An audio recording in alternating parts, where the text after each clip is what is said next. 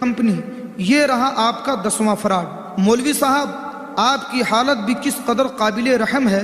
ہمارے دوسرے audio clip کے ایرادات قاہرہ کا جب کوئی جواب آپ سے نہ بن پڑا تو آپ نے حسین احمد ٹانڈوی کے رجوع کا قول کر لیا۔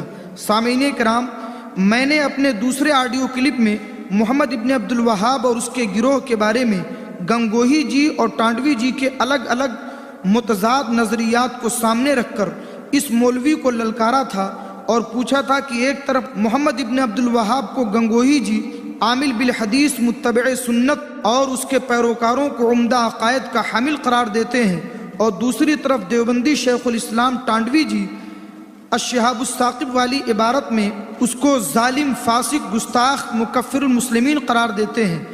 پھر میں نے پوچھا تھا کہ تم ان دونوں میں سے کس کی غلامی کرو گے؟ اس کا کوئی جواب اس مولوی سے نہیں بن سکا، تو اس نے ٹانڈوی جی کا رجوع نامہ پیش کر دیا اور یہ کہا کہ حسین احمد ٹانڈوی نے اپنی بات سے رجوع کر لیا تھا۔ تو اولاً سوال یہ ہے کہ کیا یہ کوئی فقہی مسئلہ تھا جس میں خطا ظاہر ہونے پر صرف رجوع سے کام چل گیا؟ ہرگز نہیں، بلکہ ابن عبد الوہاب اور اس کے متبعین کو ظالم، فاسق، فاجر، باغی اور اسلاف، بلکہ رسول اکرم صلی اللہ علیہ وسلم کا گستاخ کہا گیا تھا، جو بلا شبہ کفر ہے۔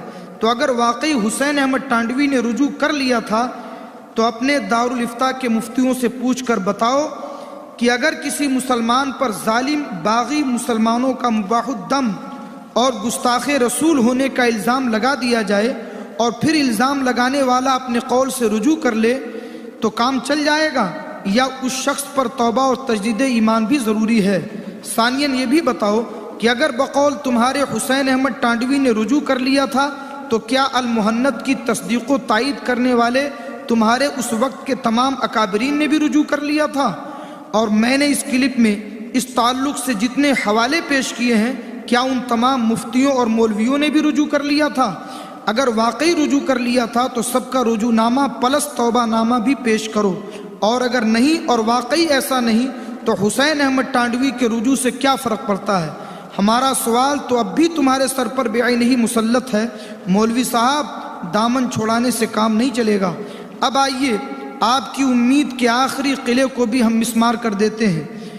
دیکھیے، یہ ہے آپ کے گھر کی کتاب چراغ محمد، جو آپ کے شیخ الاسلام حسین احمد ٹانڈوی کے خلیفہ قاضی زاہد الحسینی دیوبندی نے ترتیب دیا ہے۔ اس میں انہوں نے واضح طور پر اس بات کا اقرار کیا ہے کہ حسین احمد ٹانڈوی کی طرف رجوع والی بات کی نسبت بالکل غلط اور باطل ہے۔ دیکھیے چراغ محمد صفحہ 118، صفحہ 119۔